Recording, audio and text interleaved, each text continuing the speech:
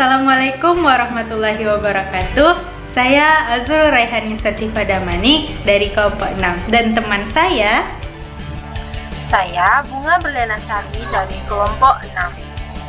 Nama saya Eva Alia, saya dari kelompok 6. Saya Rini Sylvia dari kelompok 6.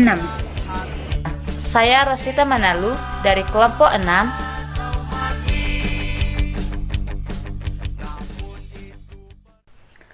Pusat peradaban sebelum Islam. Peradaban dunia sebelum Islam. Peradaban dunia menjelang lahirnya Islam telah menyimpang jauh dari ketentuan ajaran Allah. Pada masa pra-Islam terdapat dua kekuatan peradaban dunia, yaitu peradaban Romawi Timur dan peradaban Persia. Dua kerajaan yang menjadi tetangga Arab tersebut merupakan tempat lahirnya Islam. Dua kekuatan besar merupakan dua kekuatan superpower dunia pada masa itu sekaligus merupakan adik kuasa dunia. Arab sebagai tempat munculnya agama Islam belum dikenal dalam percaturan sejarah dunia sebelumnya. Peradaban Arab ketika itu memiliki corak yang begitu bobroknya moralitas, bahkan sama sekali tidak mencerminkan budaya yang positif. Sehingga peradaban dunia pada masa itu disebut sebagai peradaban jahiliyah. Dalam situasi dan kondisi peradaban dunia yang semacam inilah, Nabi Muhammad SAW diutus Allah untuk membawa agama Islam dengan menjunjung tinggi peradaban bermoral. Peradaban Romawi Timur. Kerajaan Romawi didirikan pada tahun 753 sebelum Masehi dengan ibu kota Roma dan usianya lebih dari 10 abad. Pada Mei 30 Masehi terjadi perpecahan dalam kerajaan Romawi yang berpusat di Roma, yaitu pecahnya menjadi dua kerajaan, yaitu kerajaan Romawi Barat yang berpusat di Roma dan kerajaan Romawi Timur dengan ibu kota Konstantinopel. Dan Konstantinus Agung yaitu Kaisar Konstantin sebagai maharajanya. Kerajaan Romawi mengalami puncak kejayaannya pada masa Maharaja Yustianus I, yaitu pada tahun 527 sampai 562 Masehi. Dan pada zamannya pula terjadi peperangan seru dengan kerajaan Persia Sasanid dan berakhirnya dengan perjanjian damai kekal yang tidak kekal. Dengan jasa dua orang panglimanya yaitu Belisarius dan Narses, Yustianus berhasil merebut Afrika Utara, Italia, dan lain-lain dari tangan bangsa Vandal dan Goth Timur. 1. Agama. Negeri-negeri yang berada di bawah kekuasaan Romawi Timur pada umumnya beragama Nasrani, yang pada waktu itu terpecah dalam berbagai aliran. Adapun aliran tersebut yaitu 1. Aliran Yaqibah yang dianut oleh negara Mesir, Habsyah, dan lain-lain. 2. Aliran Nasatirah yang dianut oleh Mesir, Irak, dan Persia. Yang ketiga, aliran Mukaniyah banyak dianut di Afrika Utara, Sicilia, Syria, dan Spanyol. Di antara ketiga aliran ini banyak terdapat perbedaan keyakinan, yaitu aliran Yaqibah berkeyakinan bahwa Isa Al-Masih adalah Allah, dengan pengertian bahwa Allah dan manusia bersatu dalam diri Al-Masih. 2. Aliran Nasirah dan Mukaniyah berkeyakinan bahwa dalam diri Al-Masih terdapat dua tabiat, yaitu tabiat ketuhanan dan tabiat kemanusiaan. Masa Iskandari atau 323 sampai 146 sebelum Masehi. Pada masa ini, pusat kebudayaan pindah dari Athena ke Iskandaria atau Alexandria, sehingga Iskandaria menjadi pusat segala kegiatan ilmu, filsafat, dan sebagainya. Masa Yunani Romawi atau 142 sebelum Masehi sampai 550 Masehi.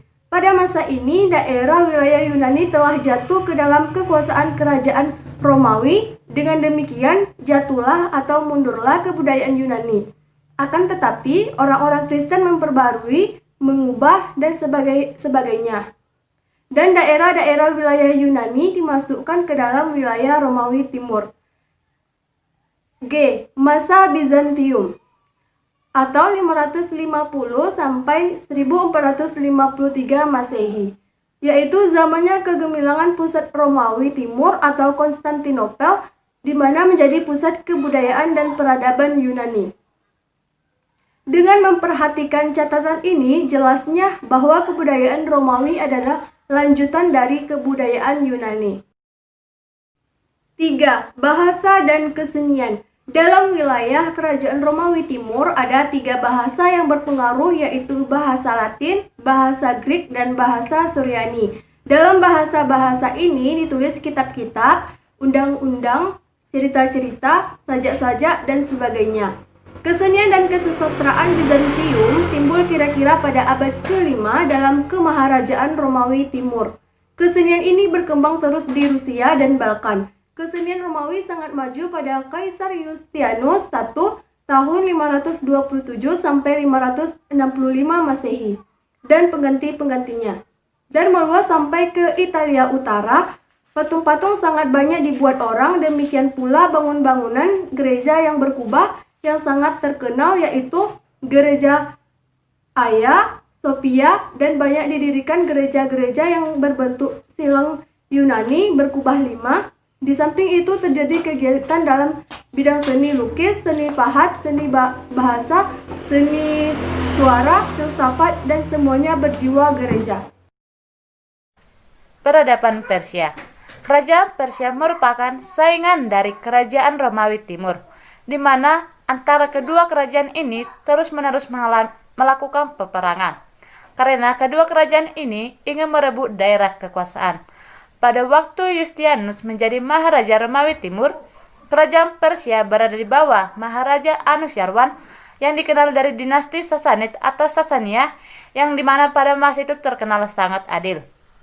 Anusyarwan dengan pasukan berkuda dan pejalan kaki menyerbu daerah-daerah Romawi Timur, sehingga daerah timur jatuh satu persatu. Sedangkan Yustianus mengadakan perlawanan seru di bawah panglimanya bernama Belisarius, sehingga terjadilah peperangan selama 20 tahun dari 541 sampai 461 Masehi, dan berakhir dengan suatu perdamaian, di mana Yustianus harus membayar upeti kepada Anusyarwan setiap tahun sebanyak 30.000 dinar. Setelah itu, pada hakikatnya permusuhan antara dua kerajaan tersebut terus berlangsung sehingga keduanya mengalami kemunduran dan kehancuran. Hal tersebut terus berlangsung sampai dengan datangnya agama Islam, di mana akhirnya kedua superpower pada waktu itu menyerah kalah kepada kebenaran Islam. Baik, pada bidang agama, masyarakat Persia lama ini cenderung untuk menyembah berbagai alam nyata seperti langit biru, cahaya, api, udara, air, dan yang lainnya. Yang semua makhluk itu mereka pandang sebagai Tuhan mereka. Ada alam yang merupakan Tuhan baik dan alam yang merupakan Tuhan jahat. Antara Tuhan baik dengan Tuhan jahat ini selalu terjadi permusuhan dan juga perkelahian. Api yang menghasilkan cahaya adalah lambang dari Tuhan baik, sehingga mereka ini menyembah api sebagai Tuhan mereka yang selalu mereka nyalakan dalam rumah ibadat mereka, dan api sebagai Tuhan mereka ini menjadi sumber ilham bagi para penyair-penyair. Lalu muncullah Zoroaster. Pada abad ke-7 sebelum Masehi, muncul seorang pemimpin bernama Zoroaster yang kemudian terkenal sebagai nabinya orang Persia. Ia ini membawa ajaran baru yang didasarkan atas prinsip agama lama yang telah diperbaiki. Ia lahir dari lingkungan suku Media di daerah Azerbaijan dan meninggal pada 583 sebelum Masehi. Nah, ajaran dari Zoroaster ini terdiri atas dua prinsip, seperti pada agama lama. Yang pertama, alam ini berjalan sesuai dengan kanun-kanun yang tertentu. Kemudian, yang kedua, dalam alam ini selalu ada pertentangan antara berbagai kekuatan, seperti antara cahaya dengan gelap, antara subur dengan tandus, dan yang lainnya. Nah, masyarakat Persia sebelum Zoroaster menyembah arwah-arwah orang baik yang ada. Zoroaster ini telah menyatukan Tuhan-Tuhan baik dalam satu Tuhan yang diberi nama Ahura Mazda, dan Tuhan jahat juga disatukan dalam satu Tuhan yang bernama Daruja Ahriman. Nah, kitab suci dari Zoroaster ini bernama Avesta dan kitab komentarnya ini bernama Zamdavesta. Nah, menurut Zoroaster juga antara Tuhan baik dengan Tuhan jahat ini mereka selalu bermusuhan, bertentangan, yang menjelma pada makhluk-makhluk dari Tuhan ini. Sementara manusia ini hanya menjadi tempat pertarungan antara kedua Tuhan ini. Menurut ajarannya, bahwa ada dua kehidupan yang dialami.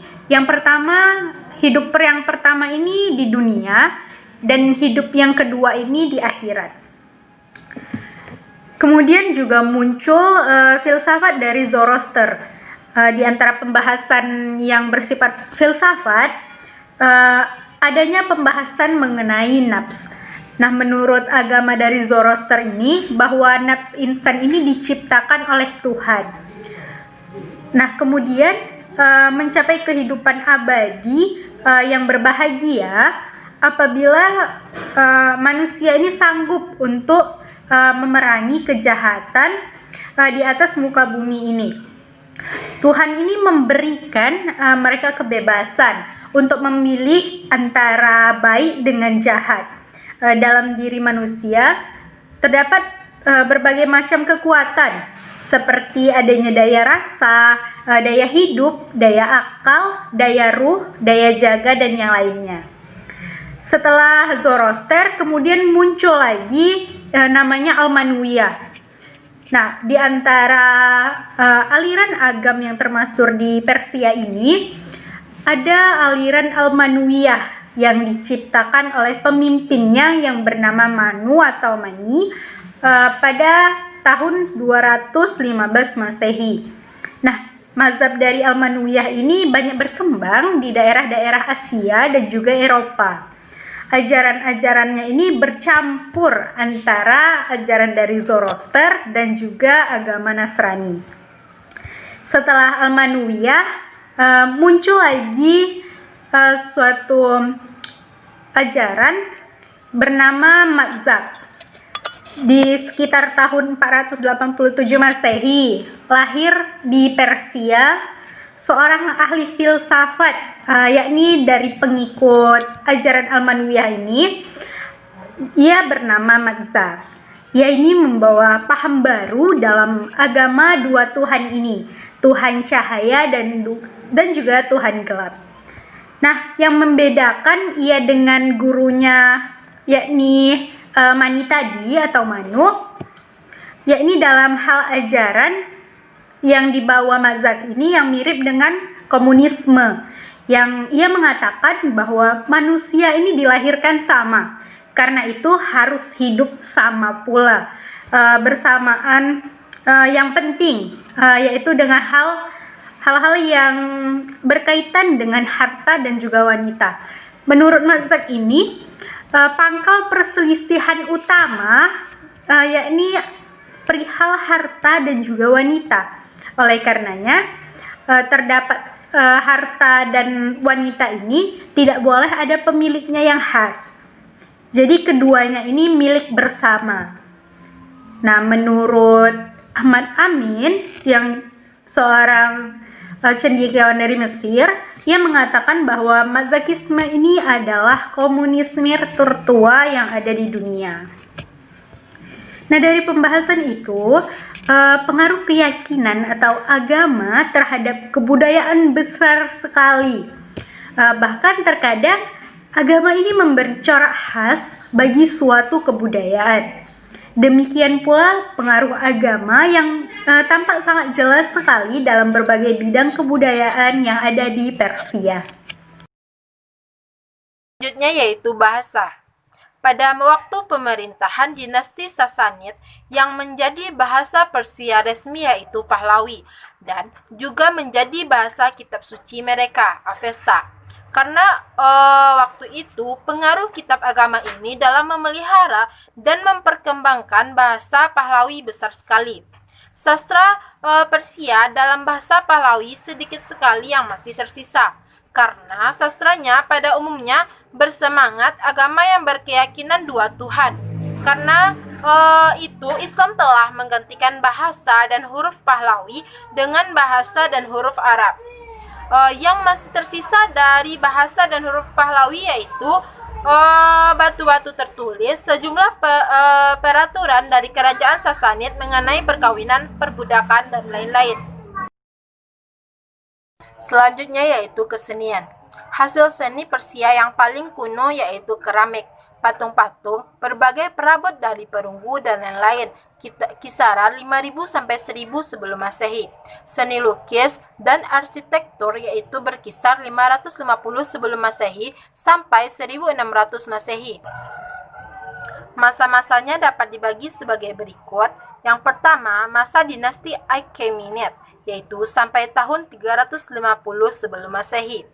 Sisa-sisanya yaitu Babylon, Susa, Persepolis, pusara-pusara dalam bukit batu, gambar timbul berwarna di Persepolis, batu ubin berlapis glasir di Susa. Yang kedua, masa dinasti Seleukos dan Artesid sampai kira-kira tahun 250 sebelum Masehi.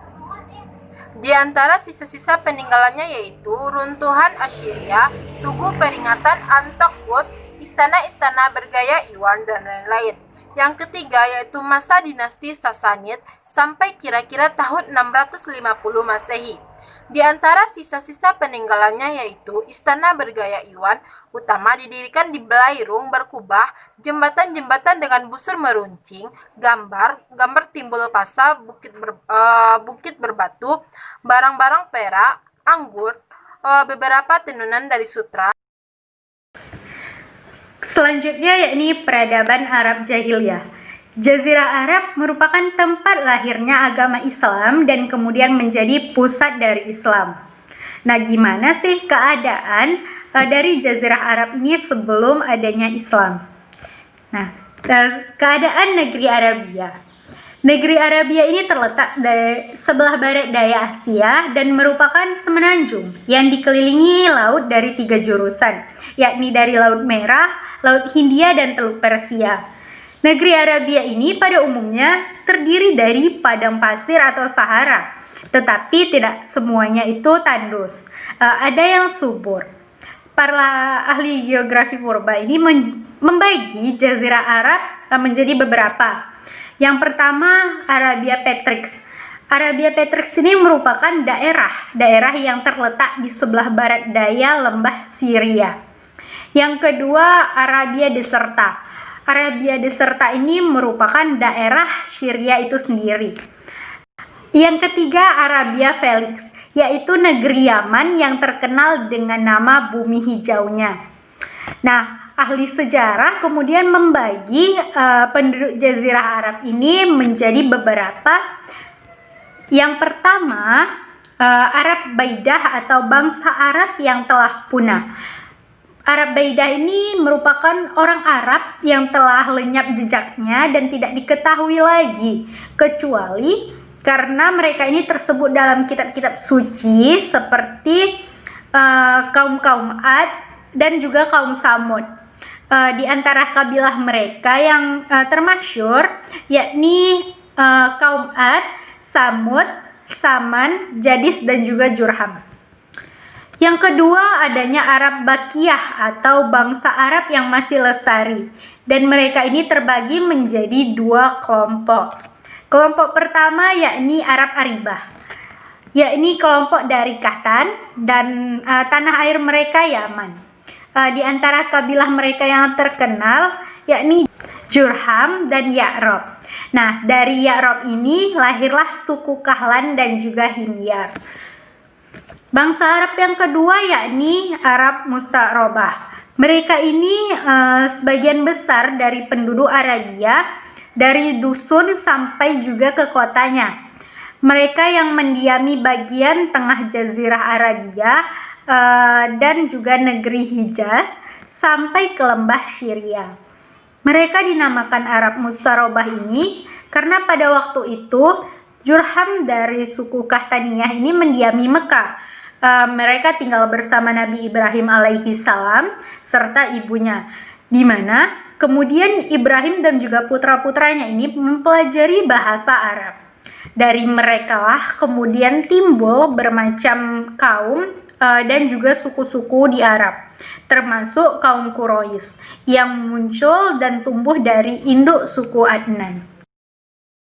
B. Kerajaan-kerajaan Arab. Sebelum Islam, di negeri-negeri Jazirah Arabia telah berdiri beberapa kerajaan yang sifat dan bentuknya ada dua macam, yaitu yang pertama kerajaan yang berdaulat, tetapi tunduk kepada kerajaan lain atau mendapat otonomi dalam negeri. Yang kedua, kerajaan tidak berdaulat tetapi mempunyai kemerdekaan penuh. Ini lebih tepat disebut induk suku atau kepala sukunya yang memiliki apa yang dimiliki oleh kerajaan-kerajaan yang sebenarnya. Menurut Hatsmi, ada beberapa kerajaan Arabia yang berdaulat, diantaranya sebagai berikut. Yang pertama, Kerajaan Makian. Kerajaan ini terletak di selatan Arabia, yaitu di daerah Yaman. Yang kedua, Kerajaan Sabah. Kerajaan ini juga berdiri di daerah Sabah Yaman, yang pada waktu Kerajaan Sabah ini menggantikan Kerajaan Makian. Kerajaan Sabah sangat maju dan terkenal dalam sejarah. Terutama terkenal dengan bendungan raksasanya, Sabdul Ma'arib, sebagai bendungan pertama di dunia. Kerajaan Sabah ini diabadikan dalam Al-Quran. Yang ketiga, Kerajaan Himyar. Kerajaan ini terletak antara Sabah dan Laut Merah yang meliputi daerah-daerah yang bernama Kitban, sehingga kerajaan ini kadang-kadang dinamakan juga Kerajaan Kitban. Daerah-daerah Yaman di mana tempat berdirinya tiga kerajaan tersebut di atas kemudian dijajah oleh Kerajaan Habsiyah atau Kerajaan Habsiyah di bawah naungan oleh Kerajaan Romawi Timur. Kemudian dijajah lagi oleh Kerajaan Persia di mana seluruh orang Habsiyah dibunuh habis. Yang keempat yaitu Kerajaan Hira. Beberapa kabilat Arab yang tinggal di dekat dengan perbatasan Kerajaan Romawi dan Persia mengenyam kemerdekaannya yang penuh. Mereka mendirikan kerajaan-kerajaan dan mereka menganut politik, bersahabat dengan kerajaan besar tetangganya atau Persia dan Romawi. Di antara kerajaan kabilah itu, Kerajaan Hira ini sangat dekat hubungannya dengan Kerajaan Persia sehingga akhirnya menjadi wilayah dari Kerajaan Persia.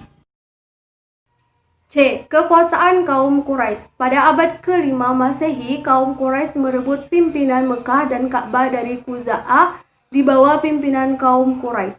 Dan waktu itu Mekah menjadi maju untuk mengurus Mekah dan sekitarnya. Didirikanlah semacam pemerintahan oleh kaum Quraisy. Pada zaman Abdul Muthalib, Mekah lebih maju dan sumur Zam-Zam disempurnakan pemugaraannya, yaitu pada tahun 540 Masehi. 3. Keadaan politik. Masyarakat Arab pada zaman jahiliyah tidak memiliki pemerintahan seperti sekarang. Mereka hanya memiliki pimpinan yang mengurus berbagai hal dalam keadaan perang dan damai. Sering terjadi perang antar kaum, antar kabilah, antar suku, bahkan terkadang ada perang yang terjadi sampai puluhan tahun. Misalnya, yaitu Perang Busus. Perang ini terjadi antara kabilah Bakar dengan kabilah Takhlib selama 40 tahun hanya disebabkan perselisihan mengenai seekor unta. Yang kedua yaitu Perang Dahis. Perang ini terjadi antara pimpinan suku Al-Gubarah dan suku Dahis. Ini juga selama 40 tahun hanya lantaran beberapa perselisihan kecil. Yang ketiga yaitu Perang Fujar. Perang ini terjadi kira-kira 268 tahun sebelum Nabi Muhammad diutus menjadi Rasul. 10 perang terjadi antara beberapa kabilah dan suku. Terjadi selama bulan haram. Pada masa berlangsungnya Pasar Uqas, masalah perang hanya disebabkan masalah kecil yaitu mengenai seekor unta yang disembelih. Kemudian dalam bidang bahasa dan seni bahasanya. Nah, dalam bidang bahasa dan juga seni bahasa, bangsa Arab ini sebelum Islam, mereka sangat maju dalam bidang bahasa dan seni bahasanya. Bahasa mereka ini sangat indah dan juga kaya. Syair-syair mereka pun sangat banyak. dalam lingkungan mereka, seorang penyair itu sangat dihormati. Setiap tahun diadakan di Pasar Ukas, mereka mengadakan deklarasi sajak yang sangat luas dalam bidang bahasa dan seni bahasanya juga. Kebudayaan mereka ini sangat-sangat maju. Lalu karenanya muncullah kitabah atau retorika yang sangat maju, dan inilah satu-satunya alat komunikasi yang sangat luas medannya. Di samping sebagai penyair, bangsa Arab jahiliyah ini sangat fasih dalam berpidato dengan bahasa-bahasa mereka yang mereka miliki yang sangat indah, dan juga pembawaan-pembawaan mereka yang sangat bersemangat. Nah, ahli pidato ini mendapat derajat yang sangat tinggi dalam masyarakat, dan sama halnya dengan para penyair-penyair. Kemudian adanya Majelis Al-Adad dan Sauku Ukaz. Nah, telah menjadi kebiasaan dari masyarakat Arab jahiliyah ini, yakni mengadakan suatu majelis-majelis atau nadwah. Di tempat inilah mereka ini mendeklarasikan sajak-sajak mereka, bertanding pidato, tukar-menukar berita, dan yang sebagainya. Terkenalah dalam kalangan mereka ini seorang Nadi Quraisy dan Darun Nadwah yang berdiri di samping Ka'bah. Di samping itu, mereka juga mengadakan aswak atau pecan pada waktu-waktu tertentu di beberapa tempat dalam negeri Arab. Tiap-tiap adanya sauk, berkumpullah para saudagar dengan barang-barang dagangannya, para penyair dengan sajak-sajaknya, dan para ahli pidato dengan khutbah-khutbahnya. Adapun yang sangat terkenal di antara aswak mereka yaitu Sauku Ukaz atau Pekan Ukaz yang diadakan pada satu tempat yang tidak jauh dari kota Mekah menuju ke Taif. Kemudian yang tidak kalah penting yakni catatan dari keturunan. Satu hal yang sangat penting bagi bangsa Arab jahiliyah yakni adanya al-ansab atau catatan keturunan. Tujuannya untuk memelihara asal-usul keturunan mereka. Oleh karenanya, bangsa Arab pada umumnya ini mereka menghafal silsilah dari keturunannya sampai sejauh-jauhnya, dan mungkin itu pula lah yang menyebabkan mereka ini memiliki cakupan yang khusus dalam memelihara riwayat-riwayat hadis. Selanjutnya, sejarah-sejarah Taif. Seperti yang dipahami sekarang, tidak terdapat pada bangsa Arab jahiliyah, mereka hanya memindahkan akhbar atau berita yang bersyarat tentang negeri mereka dengan kabar-kabar yang dibawa bangsa lain kepada mereka, seperti perang kabilah-kabilah, kisah bendungan Maghrib, kedatangan pasukan gajah ke Mekah, riwayat Ka'bah, Ad, Samud, dan sebagainya. Pengertian jahiliyah. Kata-kata Arab jahiliyah sering digunakan, namun sering pula pengertian kata-kata Arab jahiliyah itu salah. Terkadang ada yang mengatakan bahwa yang dimaksud Arab jahiliyah yaitu bangsa Arab yang bodoh. Pengertian ini jelas tidaklah tepat. Dari uraian terdahulu sangat jelas bahwa orang-orang Arab sebelum Islam atau orang Arab jahiliyah tidaklah bodoh. Mereka pintar dan cerdas. Seorang pujangga Arab Syria, Jarji Zaidan, membagi masa jahiliyah kepada dua masa, yaitu yang pertama, Arab jahiliyah pertama atau Al-Robul Jahiliyatul Ula, yaitu sebelum zaman sejarah sampai ke abad ke-5 Masehi. Yang kedua, Arab jahiliyah kedua atau Al-Robul Jahiliyatul Saniyah, yaitu dari Arab ke-5 Miladiyah sampai lahirnya Islam. Apabila diperhatikan, bangsa Arab pada kedua zaman tersebut tidaklah semuanya bodoh. Seorang penulis dan ahli sejarah Islam terkenal, Ahmad Amin, memberi definisi mengenai Arab jahiliyah, yaitu orang Arab sebelum Islam yang membangkang kepada kebenaran. Mereka terus melawan kebenaran sekalipun diketahui bahwa itu benar. Menurut Ahmad Amin, jahiliyah bukanlah jahal yang berarti tiada ilmu, namun jahal adalah pengertian safah, gadah, anfah atau sedai, berang atau tolol. Jadi lebih tepatnya jahiliyah yaitu bodoh dalam menerima kebenaran ajaran agama yang lurus dan benar.